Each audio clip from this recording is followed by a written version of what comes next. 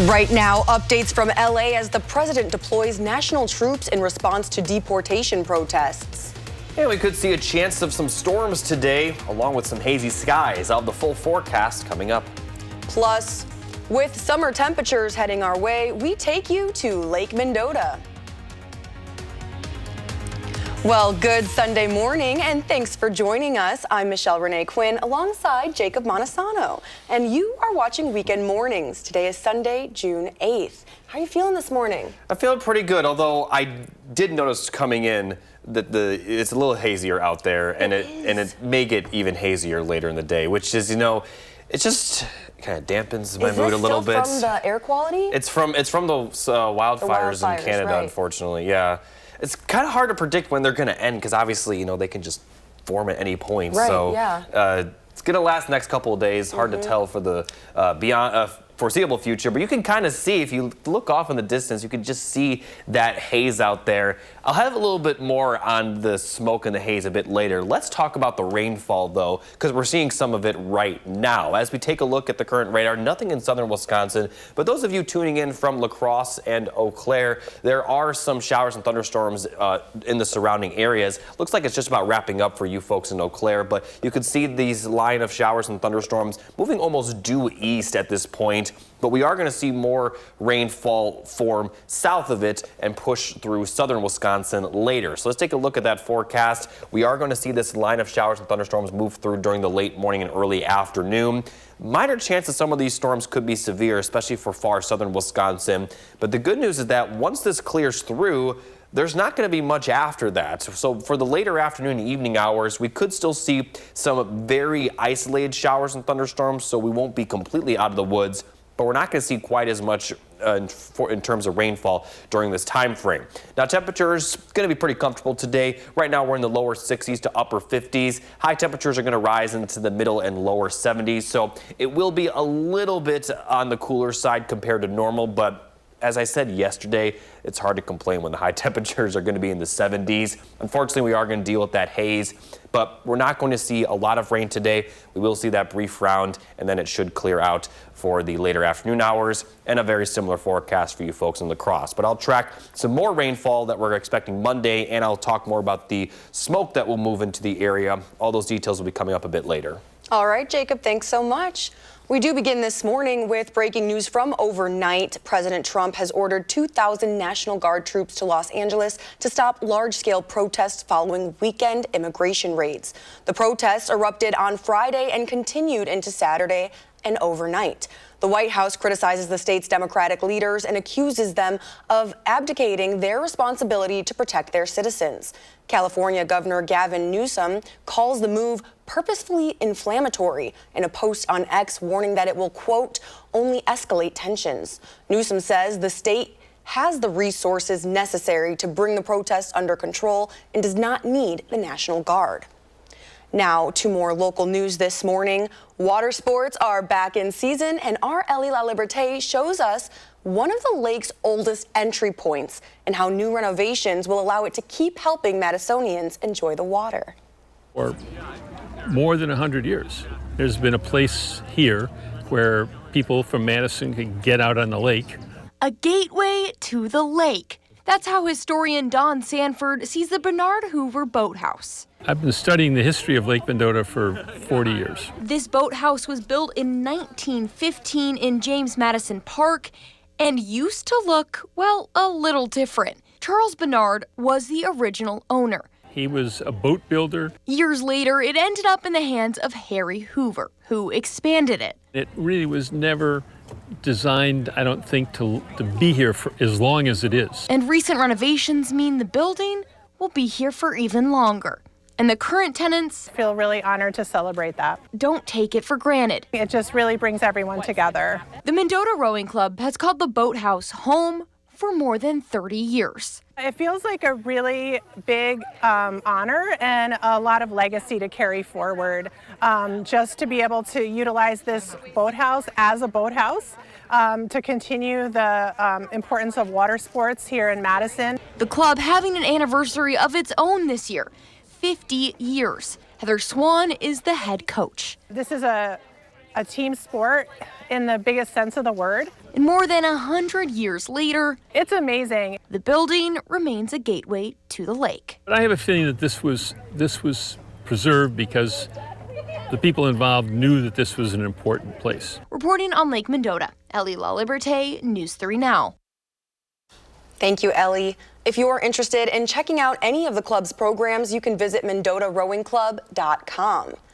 Recall efforts are underway in DeForest over the village's fluoride ban. Petitioners want to remove trustee Bill Landgraf and need about 1,400 signatures. That's by July 17th to make the recall official. Landgraf voted in favor of removing fluoride from DeForest's water. Petitioners say trustee Landgraf intimidated and acted disrespectfully toward village residents. So far, they've collected over 500 signatures. Landgraf did not respond for comment. This is not a Democrat or Republican issue. This is just the kind of individual do you want to have in a position where they are an authority and, in essence, someone you would want to look up to in a role of responsibility in your government. And the answer, we believe, is no. The deadline for the petition is August 12th. Here's a live look at the Beltline this morning. Madison police are launching a program to reduce dangerous driving. The new data-driven traffic safety plan will compile crash data to identify dangerous intersections and road segments throughout the city. The program will run through the 1st of September. Each week, police will identify extra patrols and additional enforcement areas. In the Coulee, it was a send-off fit for royalty. Pageant royalty, that is. This is Miss Lacrosse Oktoberfest, Savannah Grace Hortzman. She's on her way to the next competition, the title of Miss Wisconsin New Berlin.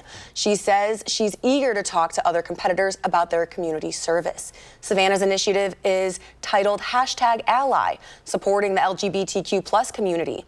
She focuses on educating others on what inclusion looks like and showing them how to be a, quote, true ally in their everyday lives. Now, you may want to check your refrigerator this morning because dozens of people have been sickened due to a salmonella outbreak linked to a large egg recall. August Egg Company has recalled 1.7 million dozen brown, cage-free, and brown certified organic eggs. They were sold under multiple brand names and were sold to retailers in 9 states. Some of the retail locations they were sold at include Walmart, Safeway, and Ralph's. The CDC says at least 79 people across 7 states have fallen ill, including 21 who had to be hospitalized. No deaths have been reported. And more than half of Americans are concerned about proposed Medicaid cuts. That's according to a poll by a nonpartisan health research group. It shows a majority of Americans fear the House GOP's sweeping economic package will hurt their families' ability to obtain and afford health care. Democrats and independents are more likely to feel this way compared to Republicans and Trump supporters. But 1/3 of Republicans polled voiced concern about the legislation having a negative impact on their families. The bill would add more restrictions to Medicaid, including work requirements and checking enrollees' eligibility more often. The Congressional Budget Office estimates under the bill, nearly 11 million people could be uninsured by 2034. If you're looking for something to do during the commercial break, this is your reminder to vote in Madison Magazine's Best of Madison competition. Now, voting is now through the end of the month, and unlike the first round of voting, you will only be able to vote once per category. So you don't have to live in Madison to participate, and the voting is open to anyone in Dane County and nearby cities like Columbia, Dodge, and Rock. So go vote now at that link on your screen. That's madisonmagazine.com/BOM. Time now is 7:11, still ahead, the importance of Special Olympics. Plus, Jacob is tracking some storms for your Sunday. He'll have more up next on Weekend Mornings. Welcome back. It's our favorite day of the year. It's 6:08 day, and if you watch Weekend Mornings or anytime, you might know Josh Sprider.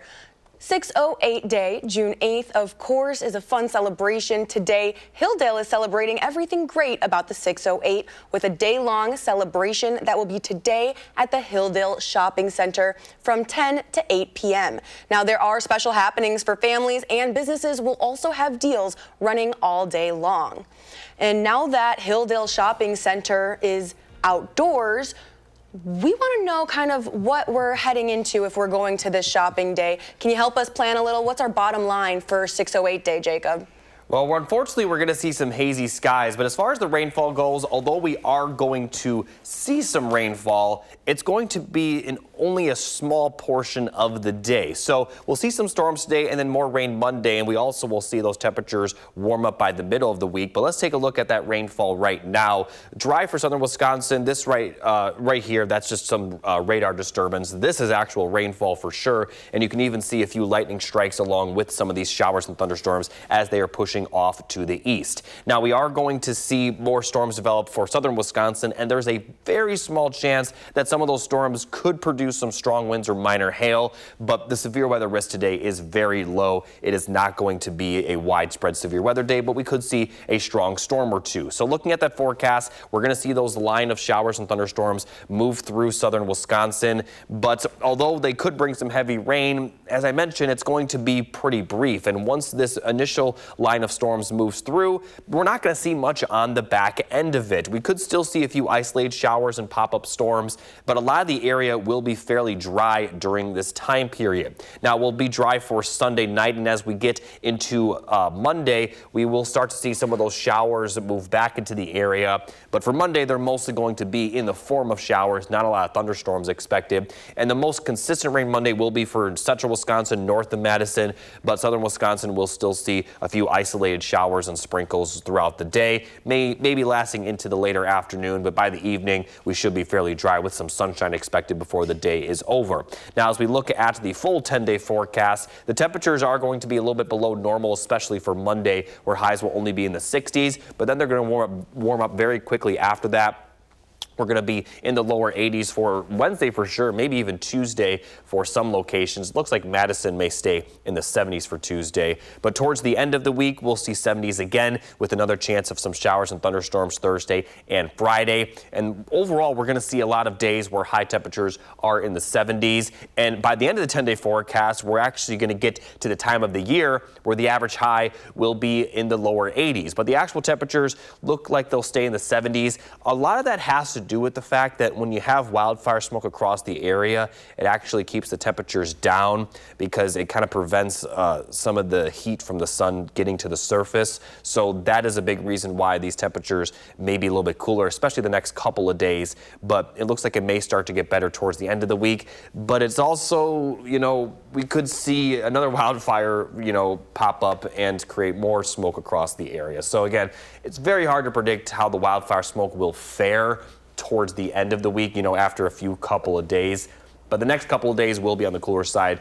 A lot of that has to do with that smoke. So it is unfortunate, but at least it's going to be, pretty comfortable out when we're not seeing the rainfall. So again, not super ideal conditions today with that hazy skies, but at least the rain will only be during a brief period of time. Yeah, I say forget the rain and focus on the 70s. With temperatures like that, I think I might need a little ice cream. Definitely next weekend, because you said like 70s over the weekend. What's your go-to flavor for ice cream? Well, if I go to like any shop, I usually try to get something like I used to like cookies and cream, but as I grew up, I didn't like the fact that there were like actual Oreo chunks bits of in there. cookies, yeah. And I like ice cream just to be nice and soft. I usually try to get some like s'mores flavor or just like a mixture of like different chocolates and vanilla. Just like the mixture of that I always like a lot. Very good. Well, our director Nina says that her favorite is Blue Moon, and I always go for a classic chocolate myself. Blue Moon is good though. It is. Blue Moon is very good. And I think we are all in luck here, including you out there at home, because Chocolate Shop Ice Cream Day is on June 12th. That's coming up next weekend with an extra sweet surprise. The local ice cream store will hide golden stickers under random dishes dishes at all 9 Madison area shops. Every golden sticker wins chocolate shop rewards, including pint koozies, scoop coins, and sunglasses. And finding the special golden sticker will get you free ice cream for an entire month. I'm choosing the month of July if it's me. Chocolate Shop Ice Cream Day was first proclaimed in 2022 by Mayor Santia Rhodes Conaway to honor the store's 60th anniversary. I did go out there for a little chocolate shop. They had like a scavenger hunt where you could go to each one, so that was very fun. The Special Olympics at Summer Games wrapped up at UW-Whitewater Saturday. More than 1,200 athletes visited campus to compete. Our Tanisha Shaw talked to a pair of athletes about the importance of the tournament here in Wisconsin. I wouldn't give up tennis for anything. Well, unless I hurt myself or something, but. An intense match going into overtime Saturday. Andrew Helen and Jamie Jenks competed against each other during a tennis match at UW-Whitewater. As we know, there can only be one winner. I fail, I'm a winner. You like a winner? Yeah. Helen ended up beating Jenks by 1 point. And I think this one I lost by 1 point also. So I'm tired, I'm ready to go home. Even though Jamie Jenks lost, she says she still enjoys the summer games and plans to compete again next year. I just like competing. I'm just one of those that, you know, every year you might just get better. This is the third Special Olympics at UW-Whitewater. Hundreds of volunteers and over 1,000 of Wisconsin athletes competing in tournaments throughout the weekend. A lot of us will tell you that we got picked on throughout school. And it makes it very hard for us to be able to play any other sports, you know, in the regular school. And it's just, it means a lot to be able to come out and play here and show people that we're still normal. We could still do what everybody else does. Just may need a little more help. Special Olympics here in Whitewater also host competitions for cornhole, track and field, and soccer. And as Jamie said earlier, a lot of these athletes come back year after year because this is a space where they can truly be athletic. Reporting in Whitewater, Tanisha Shaw, News 3 Now. Thanks, Tanisha. And before the break, we're starting new. I want us to make a weekend playlist together, so send me your weekend playlist pick. I want to share it with the viewers. You can do that on Facebook or email it to me at mrquinn@WISC-TV.com. On Facebook Messenger, that's at Michelle Renee Quinn TV, my professional page. And add playlist pick to the subject line and be sure to tune in on weekend mornings to hear your song. We'll be back after this. Welcome back. It's 7:26 and we're reminding you of some important health tips when it comes to your kids. Our Kyrian Lee spoke with an expert and has this week's digital playbook. News 3 Now and SSM Health's Time for Kids digital playbook campaign continues, helping families navigate the ever-changing digital world. This week, we are highlighting family communication about device use is necessary. As kids spend more time online, open family communication about device use and online activities is important. With so much information out there, it's tough to know what's real, who to trust, and how to protect privacy. SSM Health's Dr. Christopher Harkin says that parents and guardians must stay informed about their kids' online behavior and device use while maintaining a positive open line of communication. The devices have so many great tools that we can use, that we can help with the settings themselves to kind of get things on, to set what things they can open, what things they can look at, and they can actually set how much time they're allowed to use it. But again, it's the question of communication and just showing them that you're interested in what they're looking at and opening the conversation of, hey, that sounds really neat. Maybe you can teach me more about that. Dr. Harkin says keeping the conversation positive helps children trust their parents and feel comfortable talking about device use. A great way to start this discussion is by downloading our Time for Kids digital device guide. The guide has 6 sections and includes the agreement for families to review and sign together. Under this particular section, children will agree to tell their parents or guardians what they're doing online and ask for permission to download apps and other content. You can find the guide by searching Time for Kids on our website, channel3000.com. Kyrian, thank you. Tonight is the 78th Annual Tony Awards. It's an awards show that celebrates the best in theater with categories like Best Play, Musical, Actor or Actress, and more. This year, you can watch the ceremony right here on WISC-TV, starting live tonight at 7 Central. Now, The biggest names will come together to celebrate a year of unforgettable performances.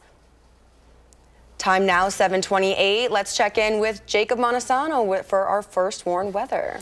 Thanks, Michelle. Renee, we are seeing some lower air quality right now, and it's at moderate levels, which actually is an improvement from earlier in the morning where we had a few locations seeing unhealthy for some levels, but right now, all at moderate, still not great, but at least it is better than earlier. But unfortunately, we're going to see more of that smoke kind of move back into the area later today, and it is expected to just kind of stick around our area for the next couple of days. And for now, there's not really an end in sight. And as I've been saying all morning, it's very hard to predict the smoke forecast beyond just the next couple of days. Now, right now, there are no air quality alerts in effect for Wisconsin, but you can see them out in Minnesota. So just be aware that we're going to continue to see this lower air quality right now at moderate levels, but it could get a little bit worse later in the day.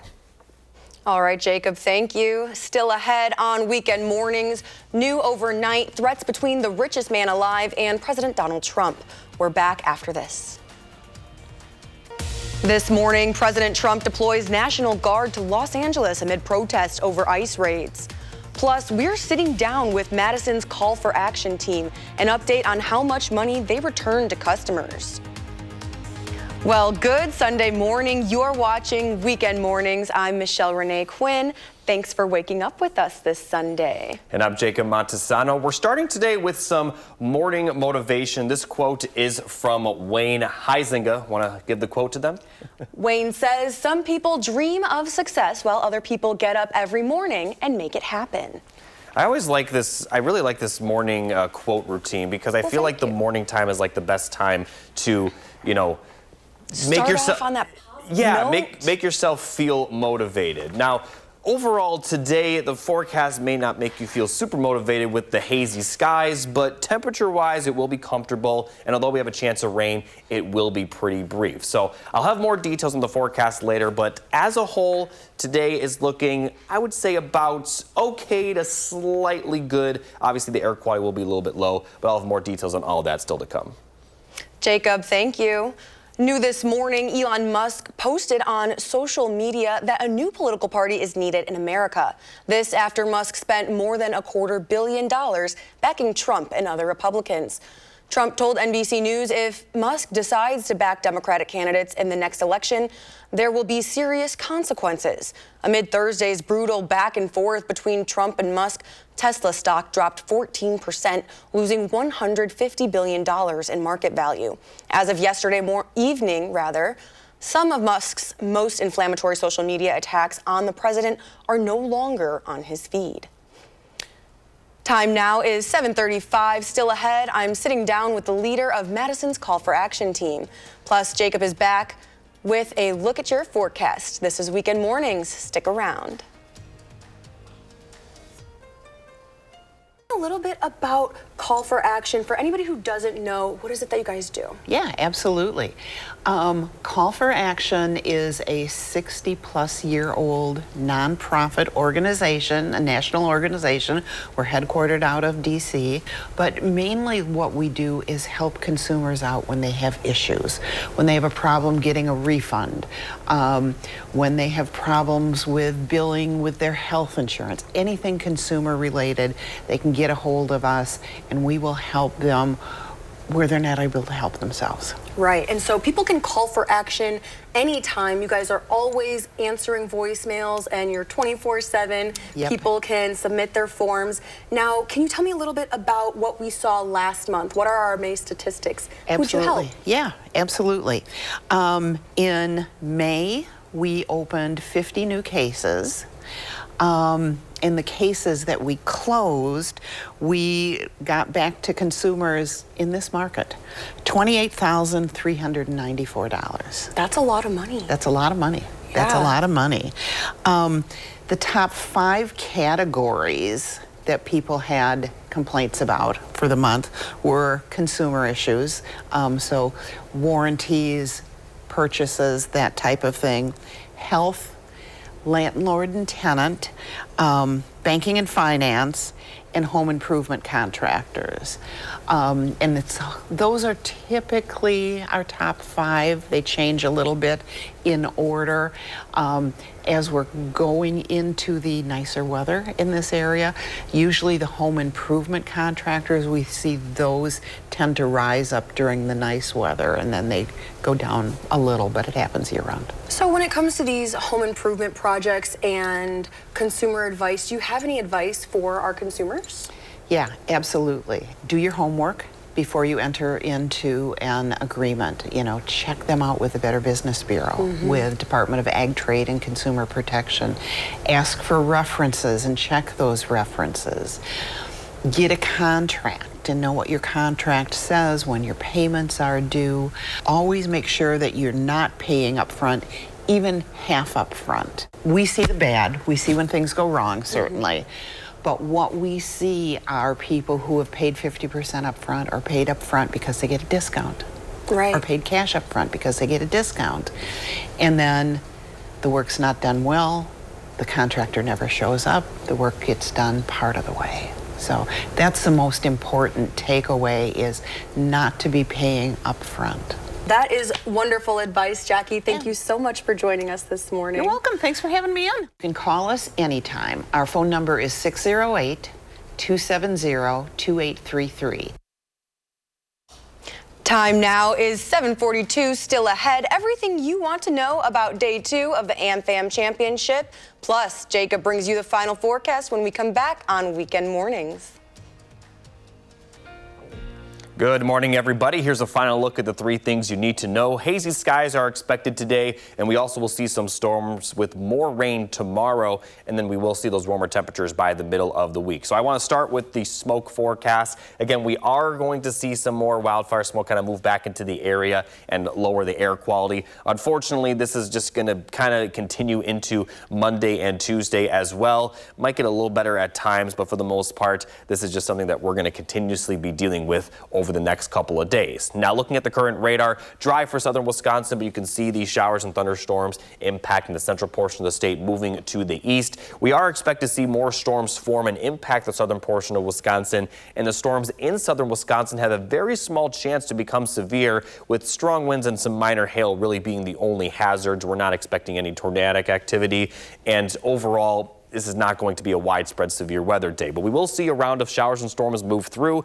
But after this initial line of storms moves through, it'll be around noon for Dane County. We're not going to see much on the back end of this. As we go into the afternoon, we're just going to see a few very isolated showers and storms, so we'll be fairly dry for the second half of today. And then for Monday, we'll see more showers move in, mostly in the form of light showers, especially north of Madison. But again, we're still not going to see much rain during this time frame. Now, taking a look at the 10-day forecast, we are going to be seeing temperatures relatively in the 70s for highs moving forward, and another chance of rain is expected for Thursday and Friday. So although we're going to be in the 60s Monday, 80s Wednesday, those are really the only 2 days that we won't see highs somewhere in the 70s, and that's very typical for this time of the year. And we also will see, again, a few more rain chances even after today and tomorrow.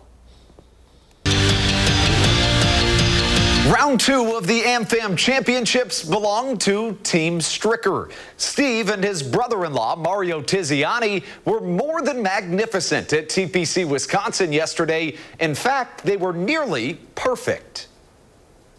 After a shaky first round, they had their work cut out for them if they wanted to be within striking distance heading into the final round. Stricker saying Friday they would need to post a ridiculous score on Saturday, like 15 under. We picked them up on 8, where Steve Stricker sinks one of his countless long putts, this one from 25 feet out, to convert the birdie. The pair were dialed in from the start, shooting 8 under par through 9 holes.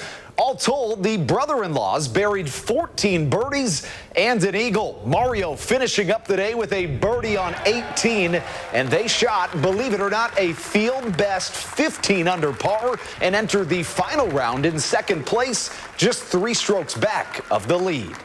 I think just making putts, and then, you know, he sees them go in, and then he starts to make them, and then he starts to believe, and I'm believing. It's just one of those things where that momentum continues on each and every hole, and every time you step up there, you're thinking you can make a birdie. And I know that's the way I felt, and I know Mario felt the same. It's just one of those things where you get that momentum, and in this format, you think you can birdie them all. Wisconsin and Madison just support their people. They never disappoint. My whole family's here. Yeah, I mean, we really can't write it any better. I guess tomorrow would write it a little better. And as for fellow Madison native Jerry Kelly, it wasn't such smooth sailing. He and Justin Leonard couldn't make up the ground that Stricker did, shooting 5 under par on the day and birdieing just once on the back 9. They are tied for 33rd place heading into the final round. And elsewhere on the course, it was Celebrity Saturday. Andy North was joined by some of the world's biggest athletes, including Mia Hamm, who is considered one of, if not the best female soccer players ever. Pro Football Hall of Famer Charles Woodson and NFL quarterback Justin Herbert were in town, playing a game that they've each grown to love, and most importantly, helping raise money for charity. Golf can really humble you, man, in ways that, you don't think you could be humbled. Playing on the football field is something, I've done my entire life, so you know how to deal with it. But I was told that, Charles, you're not good enough to be mad about golf. So I love coming back to the state of Wisconsin. This is the state that was there for me, a community that was there for me when my brother was really, really sick, and they didn't think twice about helping us raise money. So the opportunity to come back and give back is really important to me. To lacrosse we go. Championship Saturday at the state track and field meet, and Verona's Nicole Repka put on a show in the 400. The future Badger won it in 54.53 seconds to go back-to-back in the event, and caps off her senior year as a state champion. This is my second year running open events, and I haven't really had that time to run the Open 4 since freshman year. So running this time and getting to be a 2-time state champ means everything. I'm just so proud of myself, and I'm so thankful to have an amazing team and amazing coach that set me up so perfectly for the state meet. Meanwhile, Middleton's Matthew Arnold entered the day with the fastest time in the 300 hurdles, and he'd stay at the top, winning it in 38.48 seconds. And Madison East's Jay Coleman took home 2 titles, winning both the 100 and the 1600 in the girls' wheelchair division. In Division 2, check out Trayson Thomason of Whitewater. The late push gives him the 100-meter crown by 0.02 of a second, and the senior is fired up to be the fastest man in D2. McFarland's Spencer Alf anchored the Spartans to their second straight 4x8 title, finishing first by over 8 seconds. McFarland's just historic running culture. We've had some of the best runs in the state, lots of state champions. So just being, a state champion for McFarland, really getting my name, school record and stuff like that, it means the world to me. And Mount Horeb had the need for speed in the 4x2. The Vikings ran by the competition and straight into the record book, setting a new D2 state record in a time of 1:27.11. We knew we had it in us. From the start, we knew this race felt different coming in. We know we had one thing to prove, and that was not only to win, but put our name on the map. And I feel like we did exactly that. We'd seen it coming, we'd seen us in the lead, but it didn't feel real until he crossed the finish line. And it was just and then I looked at the board, I saw our time, and I was like, no way. And down in Division 3, Partyville's Chloe Kesenich repeats in the shot put, uncorking a throw of over 43 feet. And in the 4x8, Jacob Sturm did it again for ALCS, leading the challengers to a first-place finish. And finally, Cambridge bleached their hair for the big day and took home the 4x2 title in a time of 1:30.18. I knew we were going to win the whole thing. It was perfect. Let's just say that, and I love every moment of this. That's your morning sports fix. Have a serendipitous Sunday. And here's a final look at your forecast for today. We are going to be seeing a chance of some showers and thunderstorms, but it looks like that round of rain will be brief. We will see it right around noon for Madison and a little bit earlier for you folks north. Actually, some of you folks north are seeing that right now. Now, once that initial line of rain moves out, we're not going to see much behind it. Maybe a few isolated showers and storms, but not much. Tomorrow we have another chance of rain, highs in the 60s. It will warm up into the 80s for the middle of the week, and we also will continue to see those hazy skies, unfortunately. Well, thank you, Jacob, and thank you to our viewers for watching Weekend Mornings. Coming up next is CBS Sunday Mornings, followed by Face the Nation and For the Record. Our next newscast is coming up at 5:30 p.m., and you can always find us streaming on Channel 3000+.